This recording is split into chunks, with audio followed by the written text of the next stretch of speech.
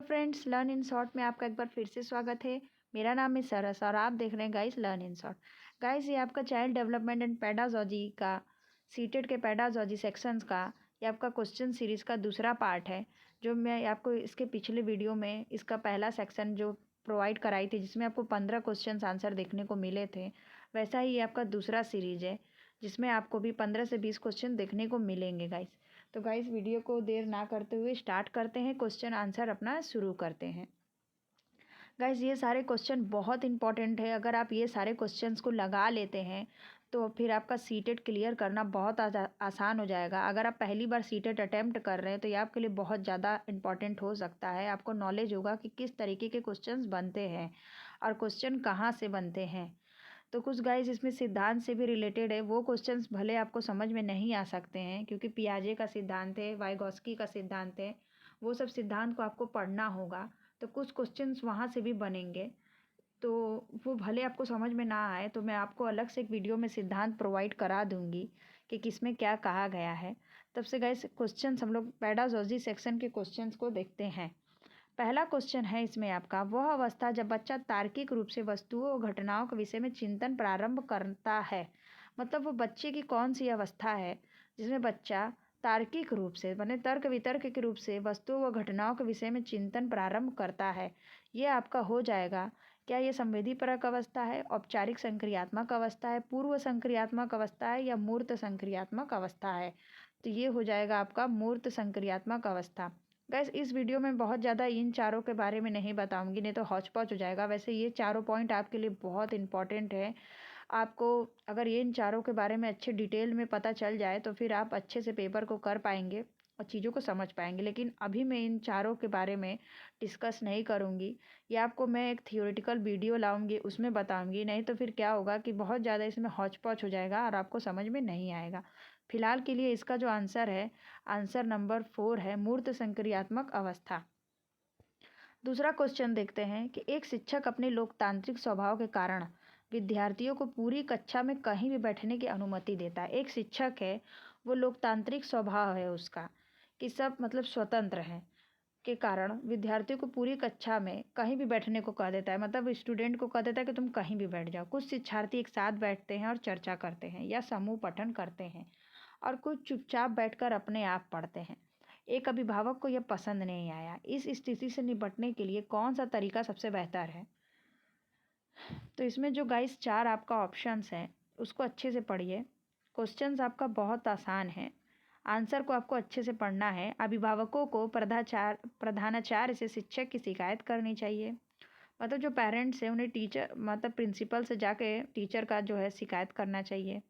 या फिर अभिभावक को प्रधानाचार्य से अनुरोध करना चाहिए कि वे उनके बच्चों का अनुभाग बदल दें। या फिर अभिभावकों को शिक्षक पर विश्वास व्यक्त करना चाहिए और शिक्षक के साथ समस्या पर चर्चा करनी चाहिए। या फिर अभिभावकों को उस विद्यालय से अपने बच्चों को निकाल देना चाहिए।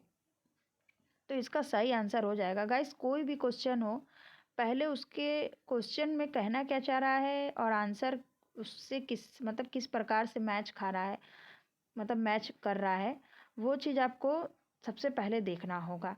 और नेगेटिव चीज़ों को तो सबसे पहले हटा देंगे कि अभिभावकों को उस विद्यालय से बच्चों को निकाल देना चाहिए, तो बिल्कुल गलत बात है। कितना स्कूल ही बदलते जाएंगे। शिकायत भी नहीं करनी चाहिए आपको, अनुरोध भी करना नहीं सही है। आपका आंसर हो जाएगा तीसरा, अभिभावकों को शिक्षक पर विश्वास व्यक्त करना चाहिए, शिक्षक के साथ समस्या पर चर्चा एक बार पहले ये करना सबसे ज़्यादा सॉल्यूशन वाली बात है। क्वेश्चन नंबर तीसरा देखते हैं कि सीखने के अंतर्दृष्टि सिद्धांत को किसने बढ़ावा दिया है। सीखने का एक सिद्धांत है जिसको अंतर्दृष्टि सिद्धांत कहते हैं। इसमें आपको किसने बढ़ावा दिया है? पावलाव ने दिया है, जीन पियाजे ने दिया है कि वाइगॉस्की ने दिया है? तो इसका आंसर हो जाएगा कि सीखने का जो अंतर्दृष्टि सिद्धांत है वो गेस्टाल्ट सिद्धांतवादियों ने इसको बढ़ावा दिया है। जो गेस्टाल्ट सिद्धांतवादी के जिसमें सभी लोग आते हैं, उन्होंने ही सीखने का जो अंतर्दृष्टि सिद्धांत है उसको बढ़ावा दिया। क्वेश्चन नंबर 4 देखते हैं, बच्चों के बौद्धिक विकास की 4 विशेषताओं की अवस्थाओं की पहचान की गई है। मतलब कि बच्चों के जो बौद्धिक विकास की 4 विशिष्ट आवश्यकताएं हैं उनकी पहचान किसके द्वारा की गई है? कोहलबर्ग द्वारा, एरिक्सन द्वारा, जीन पियाजे द्वारा या फिर स्किनर द्वारा? तो इसका सही आंसर हो जाएगा गाइस कोहलबर्ग द्वारा भी बौद्धिक विकास की 4 विशेषताओं का, यहाँ विशेषता नहीं होगा गाइस, यहाँ पे होगा 4 अवस्था, तो ठीक है, विशिष्ट आवश्यकता है, विशिष्ट आवश्यकताओं की पहचान की गई है। तो ये आपको किसके द्वारा की गई, वहाँ पे विशिष्ट कर लीजिएगा आप लोग। ये हो जाएगा आपका आंसर जीन पियाजे द्वारा विशिष्ट आवश्यकताओं की पहचान की गई है। आंसर नंबर 3 इसका सही हो जाएगा। क्वेश्चन नंबर 5 देखते हैं। निम्नलिखित में से किस अवस्था में बच्चे अपने समवयस्क समूह के सक्रिय सदस्य हो जाते हैं? ये आपका किशोर, मतलब कि ऐसी कौन सी बच्चे की आवश्यकता है जिसमें बच्चे अपने समवयस्क समूह से मतलब अपने जो समूह के बच्चे हो जाते हैं उनके साथ एक्टिव हो जाते हैं, मतलब सक्रिय हो जाते हैं। ये कौन सी ऐसी अवस्था है? किशोरावस्था है, प्रौढ़ावस्था है, बाल्यावस्था है या पूर्व बाल्यावस्था है? तो इसका सही आंसर हो जाएगा आपका किशोरावस्था। किशोरावस्था से रिलेटेड बहुत सारे क्वेश्चन बनते हैं और आपका बाल्यावस्था से भी रिलेटेड बहुत सारे क्वेश्चन बनते हैं, लेकिन किशोरावस्था को बहुत ज़्यादा फोकस में रखा जाता है क्योंकि किशोरावस्था बहुत सारी चीज़ों से संबंधित है। इस अवस्था में बच्चे क्या करते हैं कि बहुत ज़्यादा दोस्तों के साथ रहना पसंद करते हैं, ग्रुपिंग पसंद करते हैं। तो जहाँ पे भी समूह या ग्रुप की बात आ जाए तो उसमें किशोरावस्था को ही आप लोग टिक करिएगा। क्वेश्चन नंबर 6, बच्चों के सीखने की प्रक्रिया में माता पिता को डैश भूमिका निभानी चाहिए। मतलब बच्चे को जो सीखने की प्रक्रिया होती है उसमें माता पिता को कैसी भूमिका निभानी चाहिए? नकारात्मक, अग्रोन्मुखी या फिर सहानुभूतिपूर्ण या फिर तटस्थ? मतलब कि निगेटिव हो जाना चाहिए या फिर सहानुभूति प्रयोग करना चाहिए या फिर तटस्थ हो जाना चाहिए? तो इसमें आपका सही हो जाना चाहिए, नकारात्मक भी आपका सही नहीं है, सहानुभूति भी सही नहीं है और तटस्थ भी सही नहीं। अग्रोन्मुखी, बच्चों को सीखने की प्रक्रिया में माता पिता को अग्रोन्मुखी की भूमिका निभानी चाहिए। विकास कभी ना समाप्त होने वाली प्रक्रिया है, यह विचार किससे संबंधित है? यह आपका क्वेश्चन नंबर 7 है। तो ये जो विचार है कि विकास कभी ना समाप्त होने वाली प्रक्रिया है, यह विचार किससे संबंधित है? यह अंतर संबंध का सिद्धांत है, निरंतरता का सिद्धांत है, एकीकरण का सिद्धांत है या अंतःक्रिया का सिद्धांत है? तो विकास कभी समाप्त होने वाली प्रक्रिया नहीं है, तो ये आपका जो हो जाएगा सीधे सीधे निरंतरता का सिद्धांत हो जाएगा, क्योंकि विकास निरंतर चलने वाली प्रक्रिया है, विकास कभी रुकता नहीं है। तो यह निरंतरता का सिद्धांत हो जाएगा। Question answer number 2। 8वां है, वह कौन सा स्थान है जहाँ बच्चे के संज्ञानात्मक विकास को सबसे बेहतर तरीके से परिभाषित किया जा सकता है? कि ऐसा कौन सा स्थान है जहाँ पे बच्चे के कॉग्निटिव डेवलपमेंट मतलब संज्ञानात्मक विकास को सबसे बेहतर तरीके से परिभाषित किया जा सकता है? खेल का मैदान है, विद्यालय एवं कक्षा का पर्यावरण है, सभागार है या फिर घर है?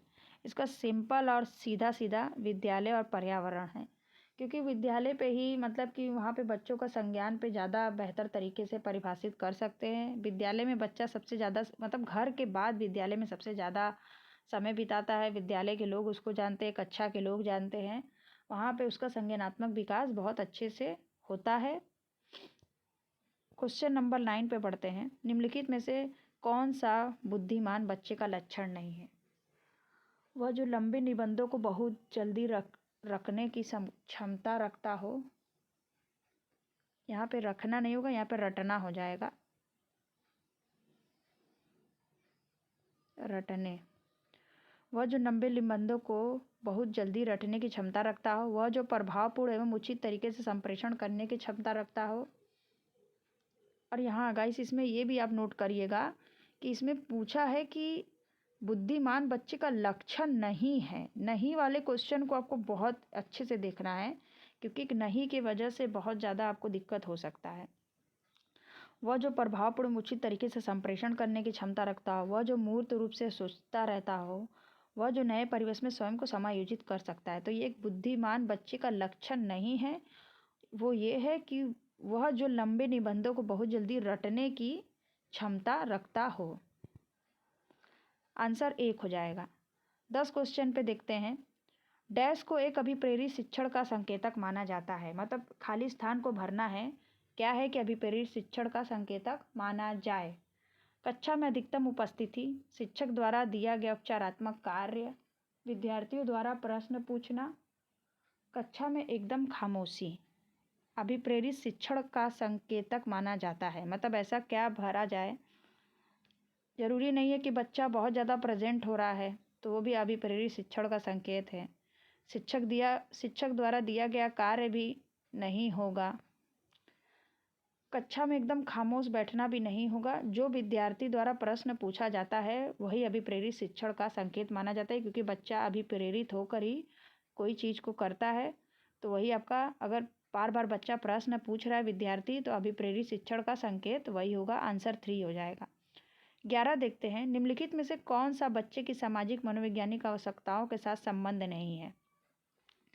क्वेश्चन पूछ रहा है कि कौन से बच्चे के साथ सामाजिक मनोवैज्ञानिक आवश्यकताओं के साथ संबंध नहीं है। यहाँ पे भी नहीं है पूछा है।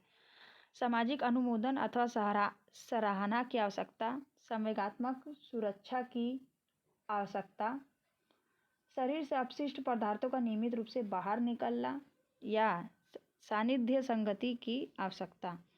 संबंध नहीं है तो फिर आपका सीधे सीधे यही हो जाएगा, शरीर से अपशिष्ट पदार्थों का नियमित रूप से बाहर निकलना। ये आपका बिल्कुल संबंध नहीं है इस क्वेश्चन के इस आंसर से। बाकी तीनों चीज़ों का संबंध है। क्वेश्चन नंबर 12 देखते हैं। मन मानचित्रण संबंधित है। मन मानचित्रण किससे संबंधित है। बौद्ध समझ बढ़ाने की तकनीक से, साहित्यिक कार्यों की क्रिया योजना से, मन का चित्र बनाने से, या मन की क्रियाशीलता पर अनुसंधान से। क्वेश्चन नंबर 4 इसका जो है, मन का मानचित्रण किससे संबंधित है। तो मन का मानचित्रण मन की क्रियाशीलता पर अनुसंधान से संबंधित है। Answer number 4। विशेष रूप से प्राथमिक स्तर पर विद्यार्थियों को, क्वेश्चन नंबर 13 है, सीखने संबंधी समस्याओं को संबोधित, विशेष रूप से प्राथमिक स्तर पर विद्यार्थियों को सीखने संबंधी समस्याओं को संबोधित करने का सबसे बेहतर तरीका क्या है। क्षमता के अनुरूप विभिन्न शिक्षण पद्धतियों का प्रयोग करना, महंगी और चमकदार सहायक सामग्री का प्रयोग करना, सरल और रोचक सहायक सामग्री का प्रयोग करना, कहानी कथन पद्धति का प्रयोग करना। विशेष रूप से प्राथमिक स्तर पर विद्यार्थियों को सीखने संबंधी समस्याओं को संबोधित करने का सबसे बेहतर तरीका जो रहेगा वो आपका ये है, क्षमता के अनुरूप विभिन्न शिक्षण पद्धतियों का प्रयोग करना। मतलब कि जिस तरीके का बच्चों की क्षमता है या सीखने की क्षमता है, उस प्रकार से विभिन्न शिक्षण पद्धतियों का प्रयोग करके सबसे बेहतर तरीका को अपनाया जा सकता है। क्वेश्चन नंबर 14 देखते हैं।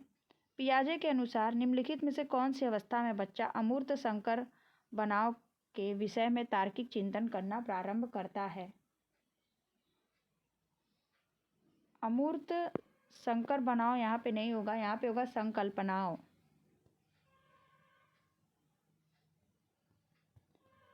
संकल्पनाओं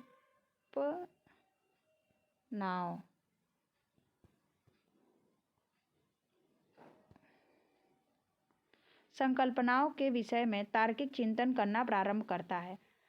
पहला है मूर्त संक्रियात्मक अवस्था 7 से 11 वर्ष। दूसरा है औपचारिक संक्रियात्मक अवस्था 11 वर्ष एवं उसके ऊपर। संवेदी प्रेरक अवस्था जन्म से 2 वर्ष। पूर्व संक्रियात्मक अवस्था 2 से 7 वर्ष। तो इसमें जो क्वेश्चन पूछ रहा है कि पियाजे के अनुसार कौन सी अवस्था में बच्चा अमूर्त संकल्पनाओं के विषय में तार्किक चिंतन करना प्रारंभ करता है। जहाँ पे देखिए बच्चा तर्क वितर्क करने लगे, चिंतन करने लगे, तो वहाँ पे सीधा सीधा आपका हो जाएगा औपचारिक संक्रियात्मक अवस्था 11 वर्ष और उससे ऊपर के जो बच्चे होते हैं वह अमूर्त विषय में तार्किक चिंतन करना प्रारंभ कर देते हैं। यह आपका सेकंड लास्ट था। अभी आपका लास्ट क्वेश्चन है आज के सीरीज का। ऐसे ही आपको डेली 15 से 20 क्वेश्चन मिलते रहेंगे। आप प्लीज़ उसका रिवीजन करते रहिए, जिससे आपको पेपर में 100% बहुत ज़्यादा हेल्प मिलेगा। निम्नलिखित में से कौन सा शिक्षार्थियों में सृजनात्मक का पोषण करता है। अच्छी शिक्षा के व्यवहारिक मूल्यों के लिए शिक्षार्थियों का शिक्षण, प्रत्येक शिक्षार्थी के अंतर्जात प्रतिभाओं का पोषण करने एवं प्रश्न करने के अवसर उपलब्ध कराना, विद्यालय जीवन के आरंभ में उपलब्धि के लक्ष्य पर बल देना, परीक्षा में अच्छे अंकों के लिए विद्यार्थियों को कोचिंग कराना। तो क्वेश्चन पूछ रहा है कि कौन सा शिक्षार्थी में सृजनात्मक का पोषण करता है। तो यहाँ पे आपका सही आंसर हो जाएगा प्रत्येक शिक्षार्थी के अंतर्जात प्रतिभाओं का पोषण में प्रश्न करने के अवसर को उपलब्ध कराना। ये आपका राइट हो जाएगा। बाकी के ये 3 क्वेश्चन से आपके मैच नहीं है। गाइस आज के वीडियो में ये आपके 15 क्वेश्चन थे, जिसमें से अगर आपको क्वेश्चन आंसर पसंद आया हो, आपको वीडियो पसंद आया हो, वीडियो को लाइक कर दीजिए, चैनल को सब्सक्राइब कर दीजिए, जिससे आपको आगे की भी नोटिफिकेशन प्रोवाइड होती रहे। सीटेट में गाइस आपका 1 महीना बचा है। जल्दी हम लोग चाइल्ड डेवलपमेंट मतलब कि आपका पेडागोजी सेक्शन जो है चाइल्ड डेवलपमेंट्स है, उसको हम लोग कंप्लीट कर देते हैं। उसके बाद फिर हम लोग ईवीएस वगैरह में भी ध्यान दे देंगे, जिससे आपको क्या है कि आसानी से आप 100 नंबर तो ला ही सकते हैं बाकी की चीज़ों को मिलाकर। गाइस आज के वीडियो में इतना ही। नेक्स्ट फिर मैं आपको अब मैं क्वेश्चन का मतलब कि लेवल बढ़ाऊंगी, 15 के जगह पे 20 से 25 क्वेश्चन दूंगी, या हो सके तो मैं 30 क्वेश्चन भी एक वीडियो में ले आऊँ।